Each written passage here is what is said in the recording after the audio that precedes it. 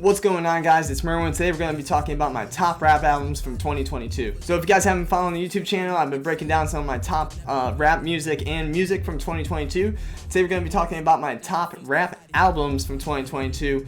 So super excited to talk about. I love talking about music. We're just going to get straight into it here. So we're going to be starting off here. We're going to do some honorable mentions. So we're going to do some honorable mentions here about some of my favorite albums who didn't quite make the cut for my ranking here. So we're going to get started here. First honorable mention for my favorite rap albums is going to be 2000 by Joey Badass.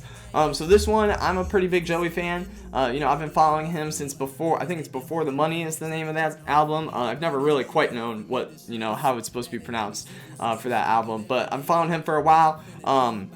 Always been excited to listen to new music from him. 2000, obviously it's been a while since his last album came out. So this is an album that I think for me was maybe slightly underwhelming, which I think a lot of people would say. But I think it's just been really good. I think it plays the role that it's intended to play really well. So it's really good to just throw it in the back. I listen to it, you just kind of throw it on and forget it, and I think it does a really good job at that. It's also, his verses are great. He has really great rapping. Production is really good. It's really just a really nice, old school rap. Got really nice, production, really good. There's nothing super crazy to me. There wasn't really one song that, was like, oh man, you gotta listen to this one or whatever, that became a single, super big hit, which I think it's still a really great album for me. I think for me, just, has a couple missing elements that maybe pushed it from being in my top 10 ranking. Definitely worth checking out though, especially if you haven't listened to Joey before. Definitely still a really great album. I talked about my favorite songs. Wanna Be Loved is my favorite off of this one. Zip Codes is really good. Survivor's Guilt is really good as well. I'm just looking at the track list. And then he's got a song West Side Gun, which is really cool as well. So definitely check it out. Love Joey, definitely a great album as well. Didn't make the cut for my list. Next one, we're gonna be moving on here. This one is an up and coming artist. So for next one, honorable mention, we have Learn to Swim from the artist Red Veil. So I've known Red Veil for a while, just being in the hip hop kind of space on the internet, and seeing all these artists and people talking about music. This was my first time I listened to him, so I listened to it just because hearing kind of the buzz around the album. This one is really cool, really good album, really cool. I learned he produced the whole album himself, and such like that.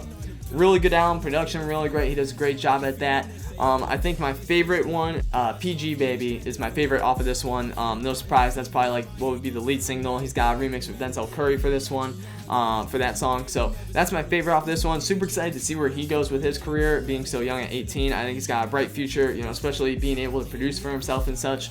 Really excited to see where he goes. I think especially one thing that I like about this one as well is that the track list is a lot shorter, which is something, the more you hear me talk about music, is something you'll learn about me a lot, is that I really like tight track lists, not a lot of filler, straight to the point. I'd rather have 7 or 8 really good songs than the same songs mixed with 4 or 5 mediocre ones. So this is an album that I think did that really well, and I think is also something that is kind of unusual for younger artists to do, because I think most younger artists just kind of throw the music out there. So it's a 12-song track list. Really good. I really like. My favorite is PG Baby. Working on it is really well. The closer for the album. I also think it did a really good job as a closer for the album. Sky's cool. Just looking at some of the other ones. I remember Sky's really good. Morphine, The Ways is really good as well. Just overall, a really solid album. Really excited to see where Red Veil goes. And for our final honorable mention for top rap albums is going to be No Thank You by Lil Sims. So this is one that maybe could have snuck its way into the ranking if it had been released sooner or later in the year, but didn't really have a lot of time with it. But I really enjoyed it. I think it was really cool, and again, an example of an album that has a tighter track list, which is always something that I appreciate. I've known Lil Sims since I think I Might Be Introvert, which came out I think 2 years ago in 2020. I honestly haven't really dove into that album. I've just kind of skimmed through it a little bit, but so just purely based off the reputation of that album, I listened to this one. Really good. I think this is kind of a cool thing about this album is that it's all produced by one producer, which I think is maybe true about all her albums if I was reading correctly on Rap Genius and such. Got some great songs on here. No Mercy is really good. Who Even Cares, Control, all of those really good, really nice. It's got some cool, like, kind of like, maybe not R&B, but a little bit like that, kind of vibe in some of them. Really nice. Lil Sims is also really good at rapping, coming off of this album. She's a really good rapper, which is awesome.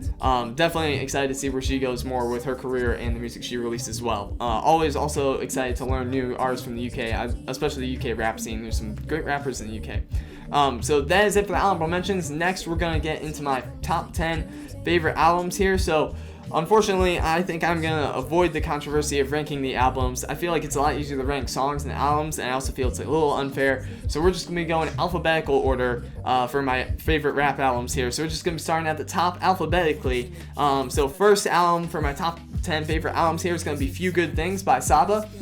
If you watched the last video, I talked a little bit about it in my top rap songs video. So Few Good Things. This is, like I say, I've been following Saba for a long time since, so, you know, I'm nearby Chicago. He's a rapper from Chicago. I think the way I found him, if I remember correctly, Chance tweeted out like a bunch of artists that were up and coming in Chicago, and I just decided to check him out. I think that was around when he released his mixtape Comfort Zone. So I've been following him for a long time. I've been following him since he released Bucket List Project, Care For Me, all those albums. So just looking at the track list, I think this is a really good album. I like it a lot. I would say this is probably my favorite from Saba. There's a lot of really good songs, and also a lot of stuff that I've returned to throughout the year, especially considering it was released in January. I think the only song that I think I still am not a fan of is probably Fearmonger, but otherwise the whole thing is really good. I love One Way is really good. That song, the sample especially, and like the drums are super tight.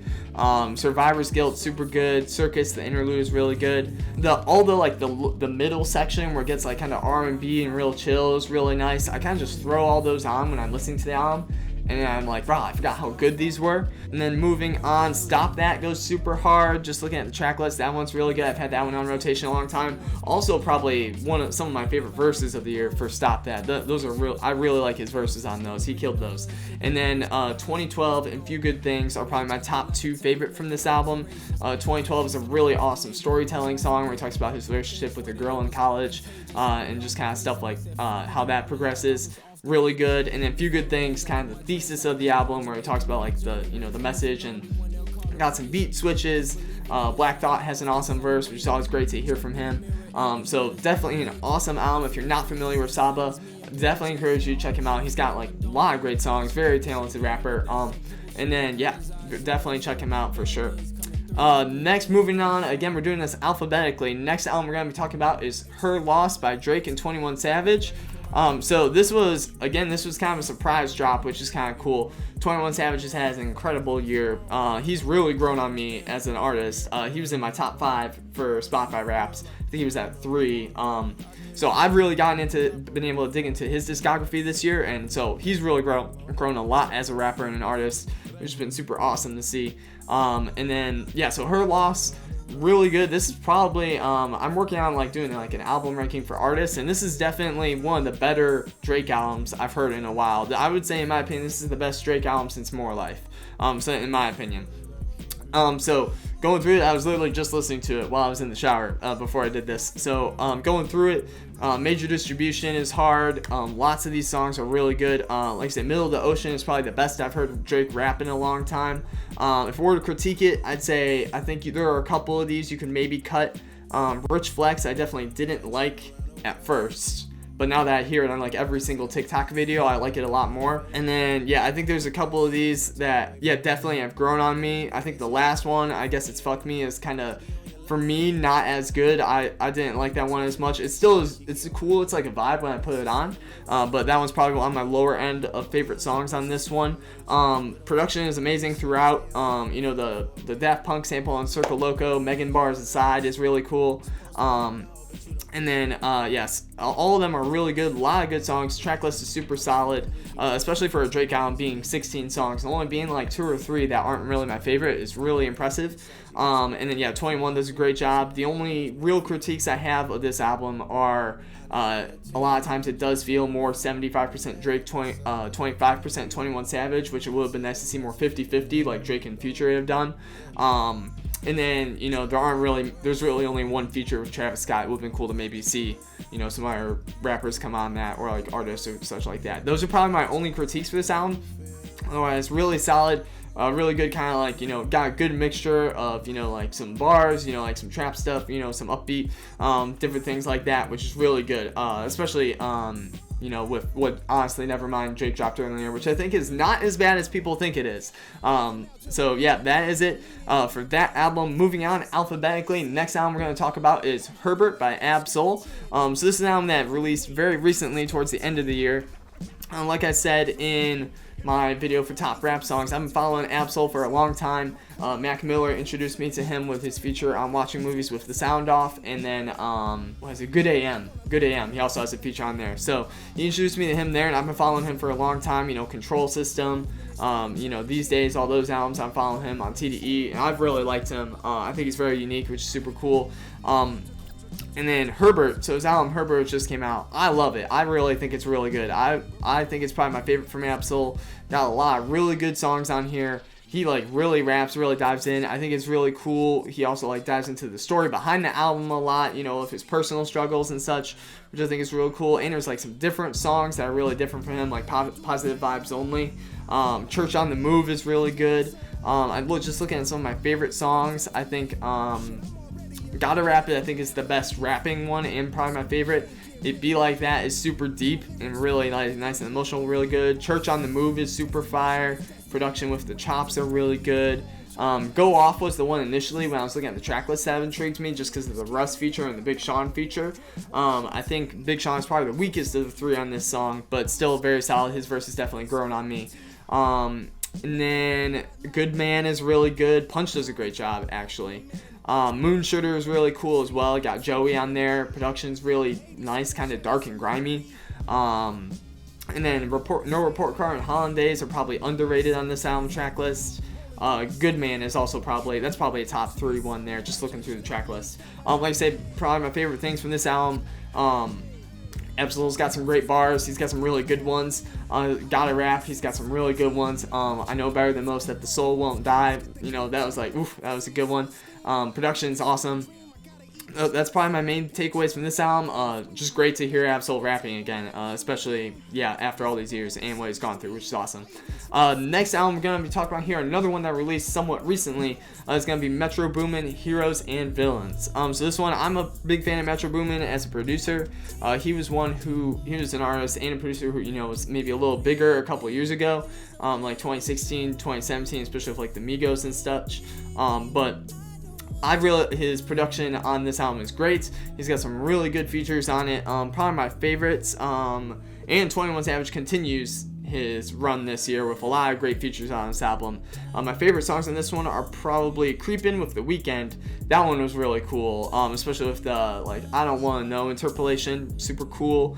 That one's really good. Walk 'Em Down is really good. Metro Spider.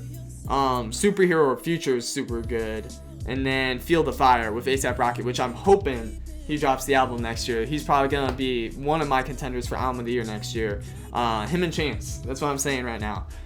So those are my favorite songs on here. Production's really good. Really nice, really cohesive album, which isn't a surprise coming from Metro. You know, he produced the whole thing.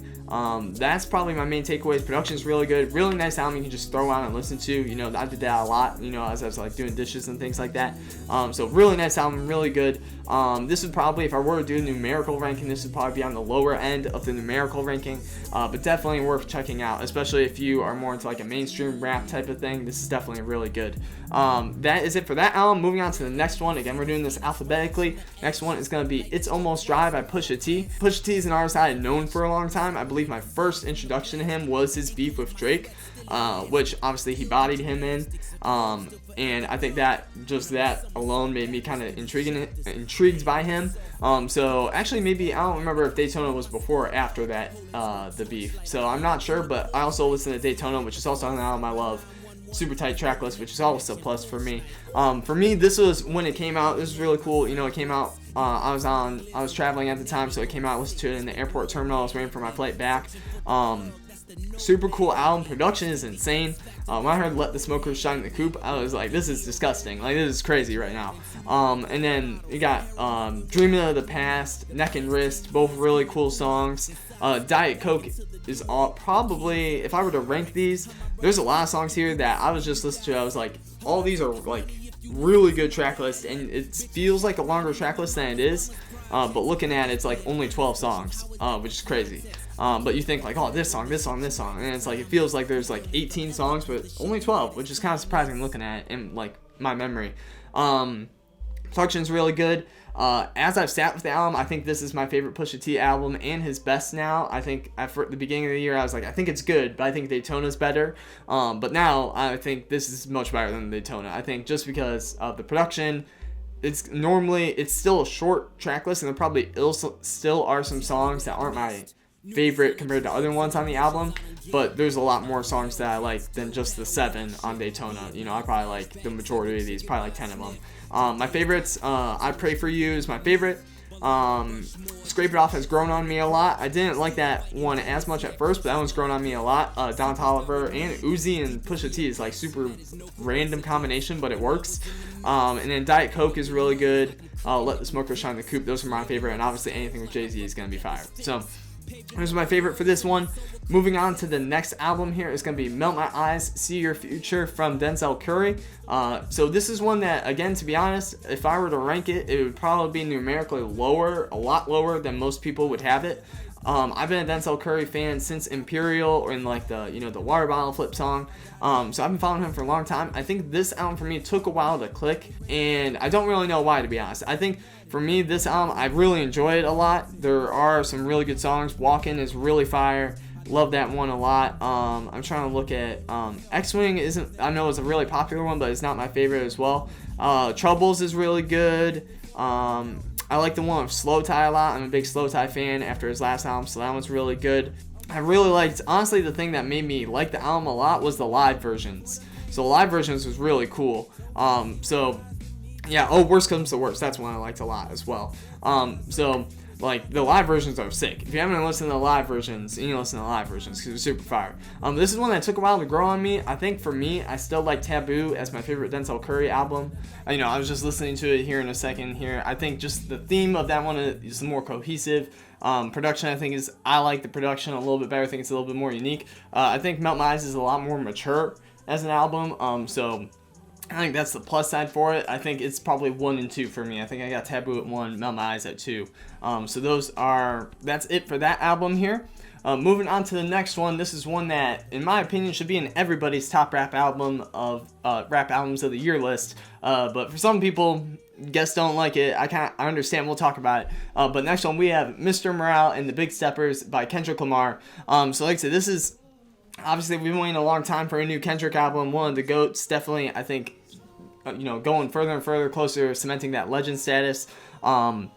So I think for this album, this was a very interesting album to listen to because Kendrick did a really good job at just disrupting and like your expectations of what you thought the album was going to be, and just, flipping that on its head and really just, no, that's not what this is going to be. I think especially after Damn, and like people maybe felt like maybe that was a little underwhelming coming off To Pimp a Butterfly and like different things like that. I think it was just a really, there was a lot of expectation for the album, which I think sometimes can work in your favor and sometimes doesn't. I think this is one where it did both ways, kind of, just because of how he presented what he's talking about. I love this album. I think it's really good. I understand a lot of the criticisms or things people like, where it's like, I don't want to listen to therapy, music or whatever. Which I understand. But I think one of the things that I like about this album the most is that Kendrick stays. You can tell listening to this album, this is the album that Kendrick wanted to make, and he really stayed true to his vision of what he wanted to talk about and what he wanted to say. Even if, because Kendrick can obviously, he could sell a ton of records. He can make, another, song with Drake or J. Cole or whatever. He can make that song and it would go crazy, and he would, make a lot of money, sell, plaques, all that stuff. But he stayed true to what he wanted to do and what he wanted to say. I think he takes a lot of risks in this album, which is really impressive and something I respect a lot as an artist. And, watching people's reaction to it, I think, he really did make this album with the intent of hoping them, make a difference, and, hoping that people will hear it and, be like, oh, I need to change some things about myself. I need to address some, pain or trauma and things like that.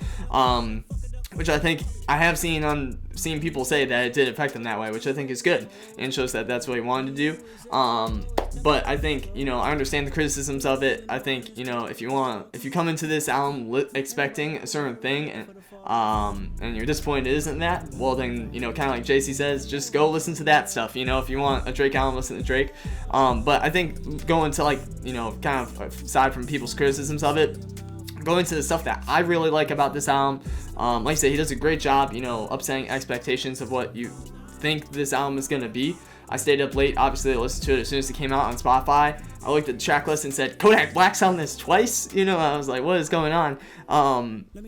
So that was maybe a little disappointing, but I think Kodak actually did a great job on both of his features, and he fits in really well. Sonically, this is a super unique album, definitely doesn't sound like any of the past albums Kendrick has made, which I think is cool as well, just showing the evolution and such. My favorite songs on this one, all the songs are really great. This is one that I have, even the past month or two, been returning to a lot, which, considering how much I listen to, it hasn't grown stale to me, which is really cool. And some of the other songs have grown on me a lot more. Mother I Sober is my favorite, just because of the depth and the emotion behind it, and the message I think is awesome. Count Me Out is probably the one that I think, especially since the music video just came out, I've listened to that one a ton as well.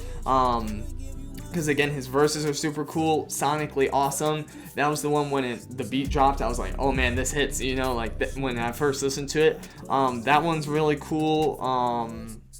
Purple Heart, the first half is technically, divided into the 2 discs. Both of them really cool. Father Time is probably, if I were to not do Mother I Sober, I think Father Time would probably be my top rap song of the year. Again, this is just a song where, I was talking with a friend, I was like, Drake's not gonna make a song about daddy issues. This is very unique that Kendrick would even attempt to make this song. And I think I respect him a lot for making it, because, if you set out to make a song like that, you're not gonna get an incredible, lots of radio play from it and such. So, definitely very intentional. Sampha also killed his feature on that. So, definitely respect him a lot for making that song. Great song as well. So, definitely, whole track list is super solid. Mirror is really cool, very different vibe. Baby Keem did his thing on all his stuff. Like I said, I think this is probably, if I were to rank it, this is probably number 1 for me. I understand why some people don't like it, but I also think they might be wrong a little bit. So that is it for this album. Now moving on to the next album, so I don't talk about that one for the whole time. Next one, we have a little more of, I think, an underrated one, although I have seen it on more lists of year-end lists than I had thought I would, considering there wasn't a lot of talk about it. We have Ramona Park, Broke My Heart by Vince Staples. So I've been a Vince fan since kind of he started coming up with North North. That is my favorite, the first song I heard from him. I really liked his album he came out last year with the self-titled. That one was super cool. Again, super tight track list, something I really am a big fan of. Are You With That is super, super clean, super nice. It's on the 2K soundtrack, which is really cool as well. So Ramona Park, Broke My Heart. This is one where I think my biggest critique is the track list. I think I would tighten it up by a couple songs. 16 is kind of a lot, but this is a really nice album where it's cool to just throw on in the back, nice and chill. It's got some cool Magic is really nice, got a really unique vibe there. Mustard with the Mustard produced beat. Free the Homies is also a favorite. Lemonade is one I had on repeat for a little bit as well. Bang That is also really good, another one that Mustard produced. Overall, just a really solid album. Like I said, I'm a big Vince fan. I think it's just a really unique vibe. Production's really great. Vince does his thing, and I really like the way his flow and delivery has progressed over the years, going from kind of more aggressive to this. Probably maybe not one of them. I don't know where I would rank this actually in Vince staple albums. I think probably Big Fish is my favorite. Big Fish Theory is probably my favorite, but definitely still a really solid album. Always love hearing Vince. Moving on to the second to last two here, we have The Family by Brockhampton. So I am a huge Brockhampton fan. It's been really cool seeing their entire career progress. I actually was lucky enough to find them super early in their career. I remember, I believe Pitchfork did an article about their song Dirt, and then, or it was either Dirt or I think it was their first album, All American Rejects. I think it was actually that album. And I remember listening to Dirt, which was the first song they ever released on streaming, being like, okay, this goes pretty hard. This is really cool, just really unique, seeing all the members' voices and such like that. And I've been following them ever since. You know, follow them through the Saturation trilogy, Iridescence, all that stuff. Roadrunner is probably one of my favorite rap albums ever. So very sad to see them go, but obviously I'm super excited to see what each member does individually. So between The Family and TM, I think The Family is definitely clearly the better one. TM does have some really good songs, which I also really like a lot. Man on the Moon is super cool, and Crucify Me is also a really good one as well, which almost maybe snuck into my like top rap songs, but it's like not really a rap song. So The Family is super cool.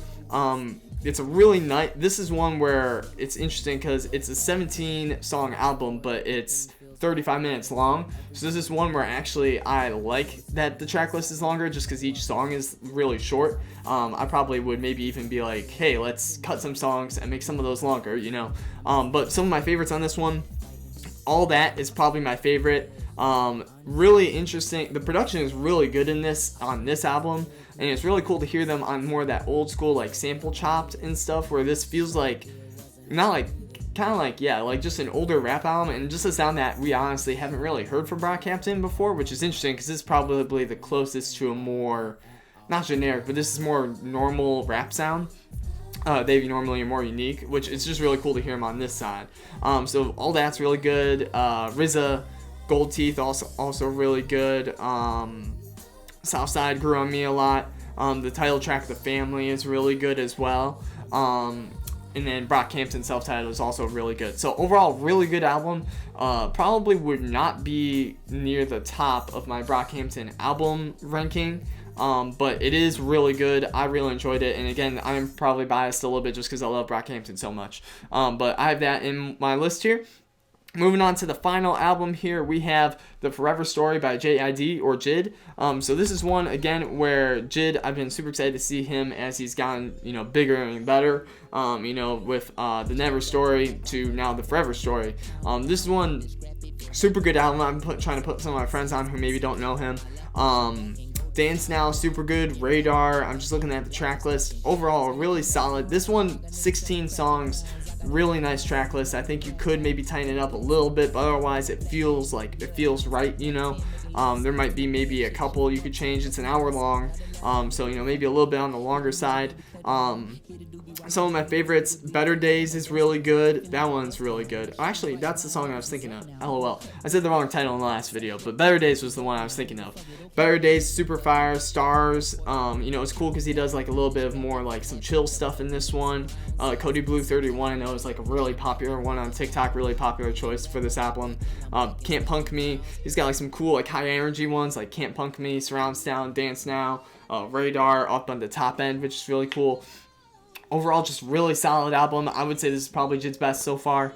Production's really good. You know, obviously Jid's very talented rapper, very skilled, and it's cool to see him kind of like tiptoe into singing a little bit more, which is really cool. See him grow in that way. Overall, really solid album. Favorites are probably Surround Sound and Dance Now. I had Dance Now on like repeat like a lot for a while. I'm actually kind of surprised he didn't make like my top songs for the like top 5. But yeah, very good album. Definitely encourage you to check it out if you haven't checked it out before. That is basically it here for my top rap albums of 2022. That is basically it. We got a lot more videos coming up. We're trying to really double down and do a lot more content next year, or this year I guess, when this comes out in 2023.